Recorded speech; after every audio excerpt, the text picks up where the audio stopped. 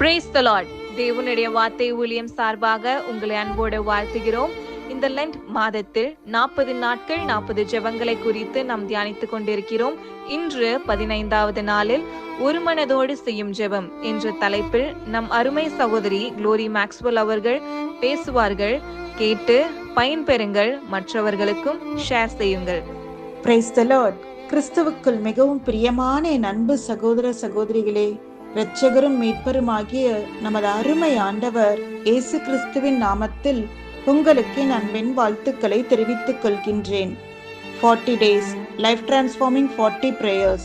40 நாட்கள் நம் வாழ்வை மறுரூபமாக்கும் 40 ஜெபங்கள் என்ற தலைப்பில் 15ஆம் நாள் தியானமாக ஒரு மனதோடு செய்யும் ஜெபம் குறித்து பார்க்க போகின்றோம்.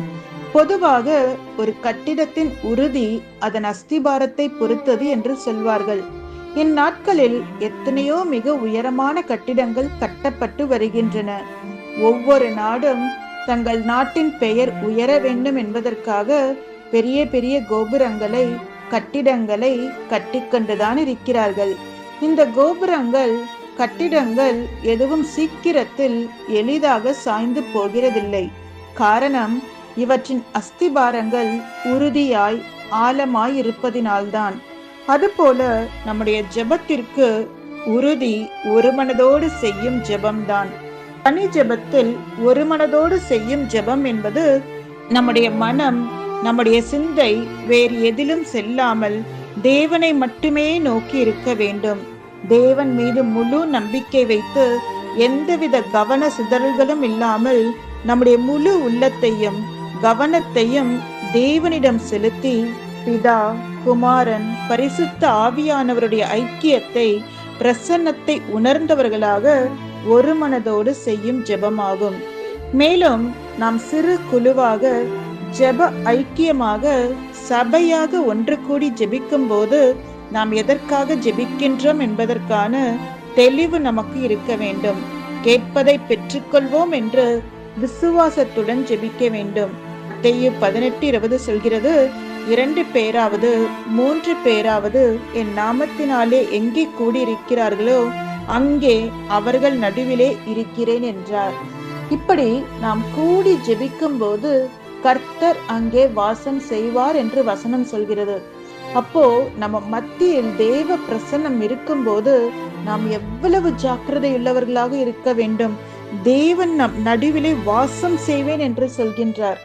ஆனால் இன்றைக்கு நாம் கூடி ஜெபிக்கும் போது ஏதோ மனிதர்களாகிய நாம் மாத்திரம்தான் அந்த இடத்தில் கூடி இருக்கின்றோம் என்ற எண்ணத்தில் ஜெப நேரத்தின் இடையில் போன் பேசுவது, வாட்ஸ்அப் மெசேஜ் அனுப்புவது, வாட்ஸ்அப்பில் மெசேஜ் பார்ப்பது, எழுந்து வெளியே போவது, குழந்தைகளுக்கு சாப்பிட கொடுப்பது, வாலிப பிள்ளைகள் நண்பர்களுடன் வெளியே நின்று அரட்டை அடிப்பது என்று எல்லா காரியங்களும் நடந்து கொண்டுதான் இருக்கின்றன. ஆனால் தேவன் சொல்கின்றார், நீங்கள் கூடி ஜெபிக்கின்ற இடத்தில் அந்த இடத்திலே நான் உங்கள் நடுவிலே வாசம் செய்கிறேன் என்று சொல்கின்றார். மேலும் மத்தேயு 18:19 உங்களில் 2 பேர் தாங்கள் வேண்டிக் கொள்ள போகிற எந்த காரியத்தை குறித்தாகிலும் பூமியிலே ஒருமனப்பட்டிருந்தால் பரலோகத்தில் இருக்கிற என் பிதாவினால் அது அவர்களுக்கு உண்டாகும் என்று உங்களுக்கு சொல்லுகிறேன். ஆம் பிரியமானவர்களே, இந்த வசனங்களை நாம் பார்க்கும்போது ஒரு மனதோடு நாம் செய்கின்ற ஜெபத்திற்கு தேவன் உடனே பதிலளிப்பது மட்டுமல்லாமல் நம்மில் 2 பேரோ அல்லது அதற்கு மேற்பட்டவர்களோ நம் ஆண்டவராகிய இயேசு கிறிஸ்துவின் நாமத்தில் ஒன்று கூடி ஒரு மனதோடு ஜெபிக்கும் போது தேவனே நம் மத்தியில் இறங்கி வருகிறார் என்பதை நமக்கு உணர்த்துகின்றது. ஆம் பிரியமானவர்களே, இயேசு கிறிஸ்துவின் நாமத்தில் நாம் தேவனிடத்தில் ஏறெடுக்கின்ற ஜெபங்கள் எல்லாவற்றிற்குமே தேவன் பதில் கொடுப்பார். ஆனாலும் ஒரு மனதோடு ஜெபிக்கின்ற ஜெபம் மிகவும் விசேஷமானது. ஆனால் இன்றைக்கு கூடி ஜெபிக்கின்ற நமக்குள் இந்த ஒரு மனம் என்பதை பார்ப்பதே மிகவும் அபூர்வமாக காணப்படுகின்றது. பொதுவாக இன்று சபைகளில் ஒருமனப்பாடு இருப்பதில்லை. சபைகளுக்குள்ளே பிரிவினை, ஒரே சபையில் இருப்பவர்களுக்குள் கருத்து வேறுபாடுகள், யார் பெரியவர்கள் என்ற போட்டிகள், பொறாமைகள் போன்றவைகளால் ஒருமனப்பட்ட ஜெபம் என்பது மிகவும் குறைந்து காணப்படுகிறது.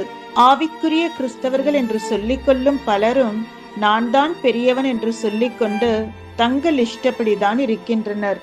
ஜெப குழுக்களுக்குள்ளும் உண்மையான ஒரு மனம் இருப்பதில்லை. இவை எல்லாவற்றையும் விட குடும்பத்தில் கணவன் மனைவிக்குள், பெற்றோர் பிள்ளைகளுக்குள், உடன் பிறந்தவர்களுக்குள் ஒரு மனம் இருப்பதில்லை. இப்படி ஒரு மனம் இல்லாமல் ஜெபிக்கும் ஜெபங்கள் தேவனிடத்திலிருந்து எந்த பதிலையும் கொண்டு வருகிறதில்லை. அதே சமயம் நாம் ஒருமனப்பட்டு ஜெபிக்கும் போது தேவன் நம்முடைய ஜெபத்தை கேட்டு நமது குடும்பத்தில் ஒரு எழுப்புதலை, சபையில் ஒரு எழுப்புதலை, நாம் இருக்கின்ற தெருக்களிலே ஒரு எழுப்புதலை, தேசத்தில் ஒரு எழுப்புதலை என்று எழுப்புதல் தீயை எங்கும் அனல் கொண்டு எரிகிறதை பார்க்க முடியும். இப்படி ஒருமனப்பட்ட ஜெபம் கிறிஸ்தவர்களாகிய நம் மத்தியில் காணப்படும் போது நிச்சயமாகவே எழுப்புதல் வருவது உறுதி. ஆகவேதான் இயேசு கிறிஸ்து ஒருமனப்பட்ட ஜெபத்தை குறித்து மிகவும் அழுத்தமாக சொன்னார். யோவான் 17:21-22 அவர்கள் எல்லாரும் ஒன்றாய் இருக்கவும், நீர் என்னிலேயும் நான் உம்மிலேயும் இருக்கிறது போல அவர்கள் எல்லாரும் நம்மில் ஒன்றாயிருக்கவும், நாம் ஒன்றாயிருக்கிறது போல அவர்களும் ஒன்றாயிருக்கும்படி வேண்டிக் கொள்ளுகிறேன் என்று தேவ பிள்ளைகளுடைய ஒருமனப்பாட்டின் அவசியத்தை உணர்ந்தவராய் பிதாவினிடத்தில் நமக்காக வேண்டிக் கொள்கின்றார்.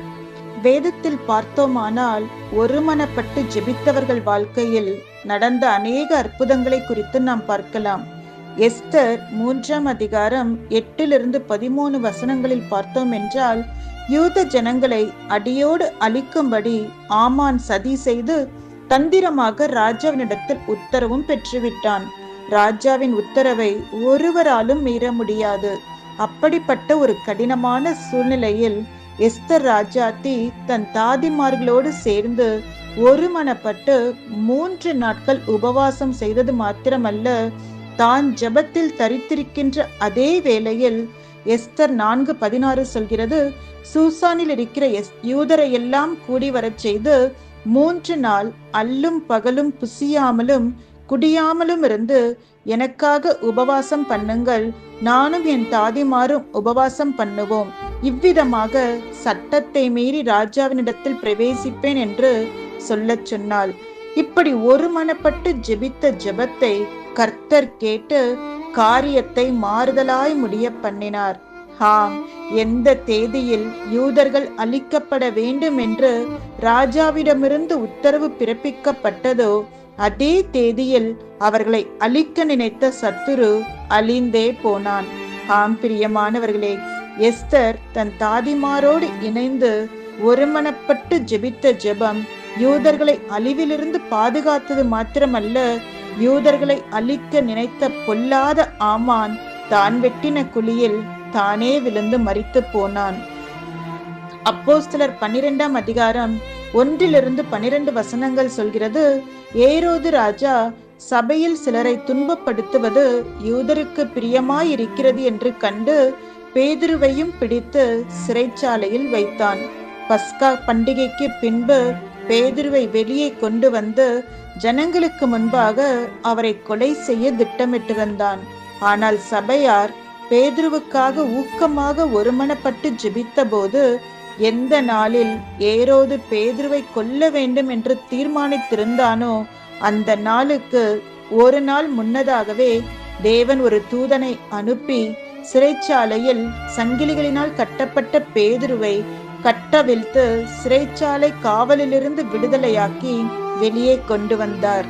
ஆம் பிரியமானவர்களே, சபையார் ஊக்கத்தோடு ஒருமனப்பட்டு ஜெபித்ததால் ஏரோது ராஜாவால் கொலை செய்யப்பட வேண்டிய பேதுரு ஜீவனோடு காக்கப்பட்டார். அப்போஸ்தலர் 2:1-4 வசனங்கள் சொல்கிறது, இயேசு கிறிஸ்து உயிர் தெழுந்த பின் அவர் பரலோகத்திற்கு எடுத்துக்கொள்ளப்படும் முன்பாக வாக்குத்தத்தம் பண்ணப்பட்ட பரிசுத்த ஆவியை பெற்றுக்கொள்ளும்படி சீஷர்களை எருசலேமில் தங்கியிருக்கும்படி சொன்னார். அப்படியாக 120 பேரும் இயேசுவின் சொற்படி மேல் வீட்டிலே ஒருமனப்பட்டு ஜெபத்திலே தரித்திருந்த போது வாக்குத்தத்தம் பண்ணப்பட்ட பரிசுத்த ஆவியை பெற்றுக்கொண்டார்கள். அவர்கள் யாவரும் தேவ வசனத்தை தைரியமாய் சொன்னார்கள். அங்கே ஒரு எழுப்புதல் உண்டானது. ஆதி அப்போஸ்தலர்களின் நாட்களில் பெரிய அற்புதங்கள், அடையாளங்கள் நடந்ததற்கு ஒரு முக்கிய காரணம் அவர்களுக்குள்ளே காணப்பட்ட ஒருமனப்பாடுதான். அவர்கள் ஊழியத்திலே ஒருமனமாய் நின்றார்கள், கிறிஸ்துவை அறிவதிலே ஒருமனமாய் நின்றார்கள், ஜெபத்திலே ஒருமனமாய் நின்றார்கள். அதன் விளைவாக எழுப்புதல் அக்கினி மிகவும் வேகமாக பரவ ஆரம்பித்தது. அப்போஸ்தலர் 2:42 சொல்கிறது, அவர்கள் அப்போஸ்தலர்களுடைய உபதேசத்திலும் அந்யோன்யத்திலும் அப்பம் பிட்குதலிலும் ஜெபம் பண்ணுதலிலும் உறுதியாய் தரித்திருந்தார்கள் என்று. சங்கீதக்காரன் தாவீது ராஜா இந்த ஒருமனப்பாட்டின் அவசியத்தை குறித்து சொல்லும் போது மிக அழகாய் சொல்கின்றார். சங்கீதம் 133:1 இதோ சகோதரர் ஒருமித்து வாசம் பண்ணுகிறது எத்தனை நன்மையும் எத்தனை இன்பமும் ஆனது என்று. தேவனுடைய பிள்ளைகளுடைய ஐக்கியம் தேவனுடைய பார்வையிலே மேன்மையாயிருக்கிறது. தேவனுடைய பிள்ளைகளாகிய நாம் பூமியில் உள்ள பரிசுத்தவான்களோடும் பரலோகத்தில் உள்ள பரிசுத்தவான்களோடும் ஐக்கியப்பட்டிருக்க வேண்டும் என்பதே தேவனுடைய சித்தமாயிருக்கிறது. சங்கீதம் 133:3 சொல்கிறது, அங்கே கர்த்தர் என்றென்றைக்கும் ஆசீர்வாதத்தையும் ஜீவனையும் கட்டளையிடுகிறார். இந்த ஒரு வசனத்தில் மாத்திரம்தான் கர்த்தர் என்றென்றைக்கும் ஆசீர்வாதம் என்றென்றைக்கும் ஜீவன் என்று சொல்கின்றார். இதோ சகோதரர்கள் சகோதரிகள் என்று சொல்லும் போது it means we are all one family. நாம் எல்லோரும் ஒரு குடும்பத்தை சேர்ந்தவர்களாக குறிக்கின்றது. நாம் எல்லோரும் எங்கேயோ பிறந்து எங்கேயோ வளர்ந்திருந்தாலும் இயேசு கிறிஸ்துவின் இரத்தத்தால் கழுவப்படும் போது, இயேசு கிறிஸ்துவின் நாமத்தினால் நாம் ஒரே இடத்தில் கூடும்போது நாம் எல்லோருமே ஒரே குடும்பத்தார் ஆகின்றோம். சகோதரர் ஒருமித்து வாசம் பண்ணும் போது நமக்கு உண்டாகும் நன்மைகள் என்ன தெரியுமா? முதலாவது என்றென்றைக்கும் ஆசீர்வாதம். எபேசியர் 1:3-4 வசனங்கள் சொல்கிறது போல நமக்கு பூமிக்குரிய ஆசீர்வாதங்கள் உண்டு, உயர வானத்திற்குரிய ஆசீர்வாதங்களும் உண்டு, ஆழத்தின் ஆசீர்வாதங்கள் உண்டு, எல்லாவற்றிற்கும் மேலாக உன்னதத்திற்குரிய ஆசீர்வாதங்களும் உண்டு. கர்த்தரின் ஆசீர்வாதமே ஐஸ்வர்யத்தை தரும், அதனோடு அவர் வேதனையை கூட்ட மாட்டார். ஆம், தேவ பிள்ளைகள் ஒரு மனதோடு கூடும் போது அவர்களுக்கு நிச்சயம் தேவன் ஆசீர்வாதத்தை கட்டளையிடுவார். இரண்டாவது ஆசீர்வாதம் சகோதர ஐக்கியத்தால் நமக்கு கிடைக்கும் இரண்டாவது ஆசீர்வாதம் என்றென்றைக்கும் உள்ள ஜீவன், நித்திய ஜீவன் என்று சொல்லுவோம். சங்கீதம் 23:6 சங்கீதக்காரன் தாவீது ராஜா சொன்னதை போல நம்முடைய ஜீவனுள்ள நாளெல்லாம் நன்மையும் கிருபையும் நம்மை தொடர்கிறது மாத்திரமல்ல, தேவன் நமக்கு வாக்கு கொடுத்தபடி நித்திய ஜீவனை சுதந்திரிக்கும்படியான ஒரு பெரிய பாக்கியத்தை நாம் பெற்றுக்கொள்வோம். மூன்றாவது ஆசீர்வாதம் தேவனுடைய பிரசன்னம்.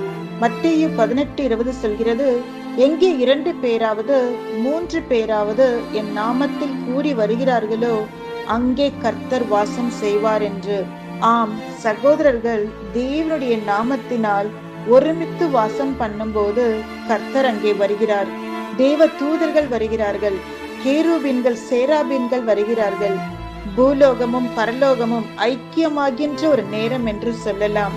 சகோதரர்கள் ஒருமித்து வாசம் பண்ணும் போது தேவ பிரசன்னத்தை நாம் இந்த பூலோகத்திற்கு கொண்டு வர முடியும். நான்காவது ஆசீர்வாதம் எத்தனை நன்மை. உபாகமம் 32:30 சொல்கிறது, ஒருவன் 1000 பேரை துரத்துவான், 2 பேர் 10,000 பேரை துரத்துவார்கள். ஒரு குச்சியை எடுத்துக்கொண்டோம் என்றால் நாம் அதை ஈஸியாக முறித்து விடலாம். ஆனால் 4 குச்சிகள் இணைந்திருக்கும் போது அதை முறிப்பது சற்று கடினம்தான். ஒரு மாட்டை சிங்கம் ஈஸியாக அடித்துவிடும். ஆனால் 4 மாடுகள் சேர்ந்திருக்கும் போது சிங்கத்தினால் அது என்னத்தான் பலமுள்ளதாக இருந்தாலும் அந்த மாட்டின் கிட்ட கூட நெருங்க முடியாது. கலாத்தியர் 6:2 சொல்கிறது, ஒருவர் பாரத்தை ஒருவர் சுமப்பது தேவனுடைய நீதியாய் இருக்கிறது என்று. மேலும் யாக்கோபு 5:16 சொல்கிறது, ஒருவருக்காக ஒருவர் ஜெபம் பண்ணுங்கள், நீதிமான் செய்யும் ஊக்கமான வேண்டுதல் மிக பலனுள்ளதாய் இருக்கிறது என்று. ஆதலால் தேவ பிள்ளைகளாகிய நாம் ஒருவர் பாரத்தை ஒருவர் சுமக்க வேண்டும், ஒருவருக்காக ஒருவர் ஜெபிக்க வேண்டும். மேலும் தேவ பிள்ளைகள் ஒன்று கூடும் போது ஒருவர் மேலுள்ள அனல் மற்றவர் மேல் பற்றி எரிய சகோதர ஐக்கியம் மிகவும் அவசியமாயிருக்கிறது. அடுப்பில் பல கட்டைகள் இருக்கும்போது சேர்ந்து நன்றாக எரியும். ஆனால் ஒரு கட்டையை மாத்திரம் வெளியே எடுத்து பாருங்கள், என்னவாகும்? அந்த கட்டை சீக்கிரமே அணைந்து போகும். திரும்பவும் அதை அடுப்பில் வைக்கும் போது மற்ற கட்டைகளோடு சேர்ந்தும் அதுவும் எரியும். அது போலத்தான் நாம் ஐக்கியமாக கூடி ஜெபிக்கும் போது நமக்குள்ளாக பரிசுத்த ஆவியானவருடைய அனல் எப்போதுமே எரிந்து கொண்டே இருக்கும். ஆனால் நாம் தனித்து இருக்கும் போது சத்ருவாகிய சாத்தான் நம்மை எளிதாக மேற்கொண்டு விடுவான். ஆதலால் சகோதர ஐக்கியம் மிகவும் அவசியமாயிருக்கின்றது. 5வது ஆசீர்வாதம், இதோ சகோதரர் ஒருமித்து வாசம் பண்ணுகிறது எத்தனை இன்பமானது என்று வசனம் சொல்கிறது. ஆம், சகோதரர்களாகிய சகோதரிகளாகிய நாம் ஒன்று சேர்ந்து ஜெபிக்கும் போது நாம் பாடுகின்றோம், தேவனை விடுதலையோடு ஆராதனை செய்கின்றோம், தேவனுடைய வார்த்தையை கேட்கின்றோம், தேவனுடைய வார்த்தையை பகிர்ந்து கொள்கின்றோம். இதனால் நாம் எத்தனை பிரச்சனைகளோடு நாம் இருந்தாலும் ஒன்று கூடி ஜெபிக்கும் போது நாம் எல்லாவற்றையும் மறந்துவிட்டு தேவ சமூகத்தின் சந்தோஷத்தையும் தேவ சமூகத்தின் சமாதானத்தையும் நிம்மதியையும் நம்மால் பெற்றுக்கொள்ள முடிகின்றது. எத்தனையோ பேர் சாட்சியாக சொல்கிறதை நாம் கேட்டிருப்போம். நான் பலவீனத்தோடு இந்த ஜெப கூட்டத்திற்கு வந்தேன். நான் மனதில் பலவிதமான கேள்விகளோடு குழப்பத்தோடு சோர்வோடு வந்து இந்த கூட்டத்தில் கலந்து கொண்டேன். ஆனால் இந்த இடத்தில் என்னால் தேவ பிரசன்னத்தை உணர முடிந்தது. அதனால் என்னுடைய எல்லா மனக்கவலைகளும் என்னை விட்டு ஓடியே போனது என்று சொல்கிற சாட்சிகளை நாம் கேட்டிருப்போம்.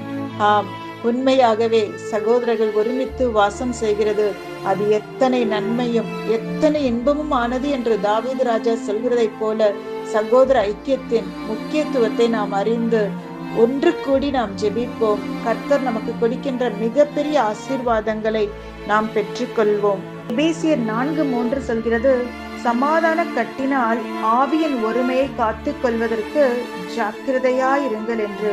குடும்பத்திலும் சரி, ஜெப கூடுகையிலும் சரி, சமாதானமும் ஒருமனப்பாடும் மிகவும் முக்கியமானது. அப்பொழுதுதான் சத்ருவை எதிர்த்து நிற்க முடியும், கர்த்தருக்காக பெரிய காரியங்களை செய்ய முடியும். தேவ பிள்ளைகளின் ஐக்கியத்திற்கு விரோதமாக செயல்படுகிற சத்ருவாகிய சாத்தான் தேவையில்லாத குழப்பங்களை உண்டு பண்ணி யார் பெரியவர்கள் என்ற ஈகோவை மனதிற்குள் விதைத்து தேவ பிள்ளைகளுடைய ஒருமனப்பாட்டையும் சமாதானத்தையும் அன்பின் ஐக்கியத்தையும் கெடுத்து விடுகின்றான். அதனால்தான் எபேசியர் 4:2-3 வசனங்கள் சொல்கிறது, நீங்கள் மிகுந்த மனத்தாழ்மையும் சாந்தமும் நீடிய பொறுமையும் உள்ளவர்களாயிருந்து அன்பினாலே ஒருவரையொருவர் தாங்கி ஆவியின் ஒருமையை காத்து கொள்வதற்கு ஜாக்கிரதையாயிருங்கள். வேதம் சொல்லுகின்ற சத்தியம் என்ன? பிரசங்கி 4:9-10 ஒண்டியாயிருப்பதிலும் இருவர் கூடியிருப்பது நலம், அவர்களுடைய பிரயாசத்தினால் அவர்களுக்கு நல்ல பலன் உண்டாகும். ஒருவன் விழுந்தால் அவன் உடனாளி அவனை தூக்கி விடுவான், ஒண்டியாயிருந்து விழுகிறவனுக்கு ஐயோ, அவனை தூக்கிவிட துணை இல்லையே. நம்முடைய தமிழ்நாட்டில் மதமாற்ற சட்டம் வந்தபோது கிறிஸ்தவர்கள் ஒருமனப்பாட்டின் ஜெபத்தின் வல்லமையை அறிந்தார்கள். கர்த்தருடைய கரம் குறுக்கிடவும் கிறிஸ்தவர்களுக்கு விரோதமாயிருந்த சட்டங்கள் உடைக்கப்படவும் அவர்கள் அவ்வளவாய் ஊக்கமாய் மன்றாடி ஜெபம் பண்ணினார்கள். இதனால் சட்டம் மாற்றப்பட்டது. போராடி ஜெபிப்பதற்கு, ஒருமனப்பட்டு ஜெபிப்பதற்கு நிச்சயமாகவே பரத்திலிருந்து நமக்கு பதில் உண்டு. எனக்கு அன்பானவர்களே, நீங்கள் நாளைக்கு பெற வேண்டிய வெற்றிக்கு இன்றே முழங்கால் படியிடுங்கள். ஜெப பாரத்தை உங்கள் நாடி நரம்புகளில் ஏற்றிக்கொள்ளுங்கள். உங்கள் ஊக்கமான ஒருமனப்பாட்டின் ஜெபத்தினால் உங்களை எதிர்த்து நிற்கின்ற பார்வோன்கள் சிவந்த சமுத்திரத்தில் தள்ளப்படுவார்கள். சவால் விடும் கோலியாத்துக்கள் தொப்பென்று விழுவார்கள். எரிகோ உங்களுக்கு முன்பாக நீங்கள் முன்னோக்கி செல்ல முடியாதபடி தடையாக நிற்கின்ற எரிகோ மதில்கள் எல்லாம் நொறுங்கி விழுந்து போகும். நீங்கள் முன்னோக்கி செல்ல முடியாதபடி தடையாக நிற்கின்ற எரிகோ மதில்கள் எல்லாம் நொறுங்கி விழுந்து தரைமட்டமாகி போகும். ஆமென். அன்பு தேவ பிள்ளைகளே, வேதத்தில் தேவனுடைய பிள்ளைகள் ஒருமனப்பட்டு ஜெபித்த போது தேவன் எப்படி பெரிய காரியங்கள் செய்தாரோ அதுபோல நாமும் தனித்து ஜெபிக்கும் போது தேவனோடு ஆவியில் ஒருமனப்பட்டு ஜெபிக்க வேண்டும். அதே போல நாம் சிறு குழுவாக, ஜெப ஐக்கியமாக, சபையாக ஒன்று கூடி ஜெபிக்கும் போது, ஒரு மனதோடு ஒரே சிந்தையோடு ஜெபிக்கும் போது தேவன் நமக்கும் பெரிய காரியங்கள் செய்ய வல்லவராயிருக்கின்றார். God bless you. எனக்கு அன்பானவர்களே, 40 நாட்கள் 40 ஜெபங்கள், லென்த் நாட்களுடைய தியானம் உங்களுக்கு மிகுந்த ஆசீர்வாதமாக நன்மையாயிருக்கும் என்று நான் நம்புகிறேன். உங்கள் விசுவாசத்தை தூண்டுகிறதாக, உங்களுடைய ஆவிக்குரிய வாழ்வையை தட்டி எழுப்புகிறதாக, உயிர்ப்பிக்கிறதாக இருக்கும் என்று நான் நம்புகிறேன். இன்றைக்கு ஒரு மனதோடு செய்யும் ஜெபம் குறித்து நாம் தியானித்தோம். எனக்கு அன்பானவர்களே, ஆண்டவராகிய இயேசு கிறிஸ்து ஒரு மனதிற்கு ஒரு நல்ல உதாரணமாக நாம் சொல்லலாம். நீங்கள் யோவான் 10வது அதிகாரம் 30வது வசனத்தின் படிப்பீரானால், இயேசு சொன்னார், நானும் பிதா ஒன்றாயிருக்கிறோம். என் பிதா எதை செய்கிறாரோ அதையே நான் செய்கிறேன் என்று அவர் கூறினார். ஒவ்வொரு காரியத்திலும் அவர் பிதாவை நோக்கியே இருந்தார். பிதாவினுடைய சொல் கேட்டு அதன்படியே செய்கிறவராயிருந்தார். ஆனால் ஒரே ஒரு தடவை பிதாவின் முகத்தை பார்க்க முடியாமல் கலங்கின நிலையிலே இயேசு இருந்தார். அது எப்பொழுது தெரியுமா?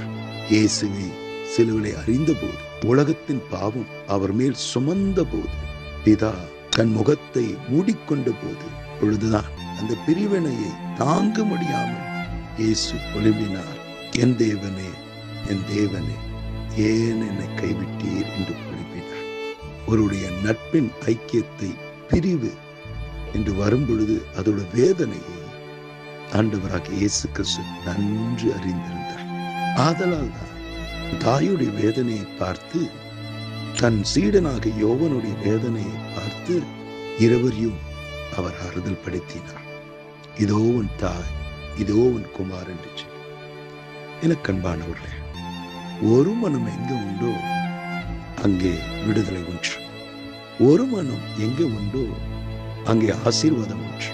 ஒரு மனம் எங்கே உண்டோ அங்கே நன்மை ஒன்று. ஒரு மனம் இல்லாத பட்சத்தில் இரு மனம் ஒரு மனிதனை ஆட்கொள்ளும். ஒரு மனம் ஒரு மனிதனுக்குள் வரும் பொழுது அங்கே அண்டர்ஸ்டாண்டிங் இருக்காது, சண்டை தான் இருக்கும். அங்கே சமாதானம் இருக்காது, கன்ஃபியூஷன், குழப்பங்கள் தான் இருக்கும். அங்கே நம்பிக்கை இருக்காது, பயங்கள் தான் இருக்கும். எனக்கு அன்பானவர்களே, அதல்தான் திருமணத்தை குறித்து சொல்லும் பொழுது, இனி நீங்கள் இருவர் அல்ல, நீங்கள் ஒரு மாமிசமா இருக்கிறீர்கள் என்று வேதவசனம் சொல்லுகிறது. அப்படி என்றால் என்ன? ஒரே சிந்தை, ஒரே எண்ணம், ஒரே மாமிசம். இதுதான் திருமண வாழ்வுக்கு ஒரு நல்ல ஒரு அடையாளம். 1 சாமுவேல் 14வது அதிகாரம் 6லிருந்து 16வது வசனத்தின் படிப்பீரானா, யோனத்தானும் ஆயுதக்காரனும் அவர்கள் இருவரும் பிலிஸ்தியர்கள் எவ்வாறாக இருக்கிறார்கள் என்று வேவு பார்க்க போனார்கள். மணலத்தக்கதாக பிலிஸ்தியர்கள் யுத்தம் பண்ண வந்திருக்கிறதை பார்த்த யோனத்தானும் ஆயுதக்காரர் ஆரம்பத்தில் அச்சம் அடைந்திருந்தாலும் இருவர் ஒருவரோடு பேசிக்கொண்டு ஒருமனப்பட்டு கர்த்தர் மேல் தன் பாரத்தை வைத்து அவர்கள் முன்னே சென்றார்கள். யோனத்தானும் ஆயுதக்காரன் தன் மனதில் அதுதான் எண்ணினார்கள், இந்த யுத்தம் எங்களுடையது அல்ல, இந்த யுத்தம் கர்த்தருடையது என்று சொல்லி ஒரு மனதோடு நம்பிக்கையோடு சென்றார்கள். எதிர்த்த பகையாளர்கள் மணலத்தக்கதாக திரளாக இருந்த போதிலும் இவர்கள் ஒரு மனத்திற்கு முன்பாக தன்னோடு இருக்கிற தேவனை எதிர்த்து அவர்கள் ஒன்றும் செய்ய முடியவில்லை. அவர்கள் அடித்துக் கொண்டது மாத்திரமல்ல, அந்த இடத்தை விட்டே ஓட ஆரம்பித்தார்கள். எனக்கு அன்பானவர்களே, ஒரு மனதின் ஜெபம் வல்லமையான ஒரு ஜெபமாக இருக்கிறது. அன்பானவர்கள், நாம் ஒரு மனதோடு இருக்கும்போது நாம் எதையும் சாதிக்கலாம். நாம் ஒரு மனதோடு இருக்கும் பொழுது வெற்றி, ஜெயத்தை, பலன்களை எளிதாக பெற்றுக்கொள்ளலாம். அதில்தான் ஒரு மனம் வாழ்க்கையிலும் சரி, நாம் செய்கிற எந்த காரியத்திலும் சரி, ஒரு மனம் இருப்பது நல்லது. மத்தேயு 18:19வது வசனத்தின் படிப்பீரானால், அல்லாமலும் உங்களில் 2 பேர் தாங்கள் வேண்டிக் கொள்ள போகிற எந்த காரியத்தை குறித்தாகிலும் பூமியிலே ஒரு மனப்பட்டு இருந்தால் பரலோகத்தில் இருக்கிற என் பிதாவினால் அது அவர்களுக்கு உண்டாகும் என்றார். ஆமன்பானவர்களே, நாம் ஒரு மனதோடு நாம் ஜெபிக்கும் பொழுது, ஒரு மனப்பட்டு ஜெபிக்கும் போது பரலோகத்திலிருந்து பதில் வரும். பவுலும் சீலாவும் சிறைச்சாலையில் இருந்த போது ஒரு மனப்பட்டு இருந்தார்கள். ஜெபத்திலும் சரி, ஆண்டவரை ஆராதிக்கிறதும் சரி, அவர்கள் ஒரு மனப்பட்டு சிறைச்சாலையிலே துதித்து பாடினர் போது அந்த சிறைச்சாலையின் மதில்கள் அசைந்தது. ஆதலால் நண்பர்களே, இருவர் ஒரு மனப்பட்டு ஜெபம் செய்தால் பரலோகம் அசையும். பரலோகத்தின் பதிலை தீவிரமாக கொண்டு வரும். பரலோகத்தின் பிதாவினிடத்தில் ஜெபத்திற்கு பதிலை துரிதமாக பெற்றுக்கொள்ள ஏதுவாயிருக்கும். ஆதலால் நண்பர்களே, நாம் எந்த ஒரு காரியத்தை ஜெபம் செய்தாலும் ஒரு மனதோடு ஜெபம் செய்வோம். காரணம், இந்த ஜெபத்தில் வல்லமை உண்டு, நன்மை உண்டு, நன்மை உண்டு. ஜெபிக்க வருகிற நாம் எப்பொழுது மனதில் எண்ணிக்கொள்ளுவோம், ஒரு மனதோடு ஜெபிக்கும் பொழுது அங்க நன்மை உண்டு, ஆசீர்வாதம் உண்டு, விடுதலை உண்டு. சரி, ஒரு மனதோடு ஜெபிக்க அர்ப்பணித்து பாருங்கள். தேவன் மிகுதியான பலனால் உங்களை நிரப்புகிறதை நீங்கள் பார்ப்பீர்கள். நாம் ஜெபம் செய்வோமா? கண்களை மூடி ஜெபம் செய்வோம். அன்பும் இரக்கமுள்ள நல்ல தகப்பனே, இந்த யுத்தம் உங்களுடையது அல்ல, இந்த யுத்தம் என்னுடையது என்று சொன்ன தேவன், இந்த நாளிலும் அப்பா, கண்ணீரோடு ஜெபிக்கிற ஒவ்வொருத்தரும் கரத்தில் நான் வைக்கிறேன். அவர் மனதில் இருக்கிற கேள்விகள், அவர் மனதில் இருக்கிற பயங்கள், அவர் மனதில் இருக்கிற கலக்கங்கள், அவர் மனதில் இருக்கிற பாரங்கள், குடும்பத்தை குறித்து, எதிர்காலத்தை குறித்து, அவருடைய பிள்ளைகளை குறித்து, படிக்கிற மாணவர்கள் பரீட்சையை குறித்து, வேலையை குறித்து, சம்பளம் உயர்வை குறித்து, சரித்தல் படுகிற பாடுகளை குறித்து, பல காரியங்களை குறித்து கலங்கிக் கொண்டிருக்கலாம். இன்று உம்மை நோக்கி நாங்கள் கூப்பிடுகிறோம் சுவாமி. உம்முடைய வசனம் சொல்லுகிறது, அவர்கள் அவரை நோக்கி பார்த்து பிரகாசம் அடைந்தார்கள், அவர்கள் முகம் வெட்கப்பட்டு போவதில்லை. இதுவரைக்கும் எங்களை எந்த விஷயத்தில் வெட்கப்பட்டு போக நீர் விடவே இல்லை, விடவும் மாட்டீர். ஆமாம் சுவாமி, உம்மை நம்பினோரை நீர் ஒருபோதும் கைவிடாதவர். இந்த நாளிலே எந்தெந்த காரியங்கள் தன் மனதில் எண்ணிக்கொண்டு உம்மை முன்பாக வைத்து ஜெபிக்கிறார்களோ, அவருடைய விருப்பத்தின்படி, அவருடைய ஜெபத்தின்படியே, நம்பிக்கையின்படியே ஒரு அற்புதத்தை, ஒரு அதிசயத்தை, ஒரு நன்மையை அவர்கள் காணட்டும். இந்த நாள் ஒரு அற்புதத்தினால, மகிழ்ச்சியினாலாக, ஆசீர்வாதத்தினாலாக, நீண்ட நாட்களுக்கு பதில் பார்க்காத ஜெபங்களுக்கு பதிலை பார்க்கிற ஒரு நாளாக இருக்கட்டும். ஆசீர்வதிங்க. நன்மையும் கிருபை அவரை பின்தொடர்வதாக. ஆமென். கண்பானவர்களே, சிலர் இப்படியாக என்னை தொடர்கொண்டு இந்த ஊழியத்திற்கு என்னால் என்ற ஒரு காணிக்கை அனுப்ப விரும்புகிறேன், எப்படி அனுப்புவது எனக்கு தெரியவில்லை என்று ஒரு கோரிக்கையாக என்னிடத்தில் கேட்டீர்கள். கீழே உள்ள ஜிபே நம்பரை நீங்கள் பார்க்கலாம். அதன் மூலமாக உங்கள் அன்பின் காணிக்கை அனுப்பலாம். அல்லது அருகில் இருக்கிற அந்த QR கோட் அதை ஸ்கேன் பண்ணினால் அதன் மூலமாக இந்த ஊழியத்தை நீங்கள் தாங்கலாம். கண்பானவர்களே, இந்த வார்த்தை உங்களுக்கு மிகுந்த ஒரு ஆறுதலாக, ஆசீர்வாதமாக இருக்கும் என்று நம்புகிறேன். உங்களுக்கு தெரிந்த அன்பானவரிடத்தில் இதை ஷேர் பண்ணுங்க, ஃபார்வர்ட் பண்ணுங்க. மேலும் இந்த யூடியூப் சேனலை சப்ஸ்கிரைப் பண்ண மறந்து போக வேண்டாம். கீழே உள்ள பெல் பட்டனை கிளிக் பண்ணுங்க. கர்த்தர் தாமே உங்களை அதிகமாக ஆசீர்வதிப்பார். God bless you. Amen.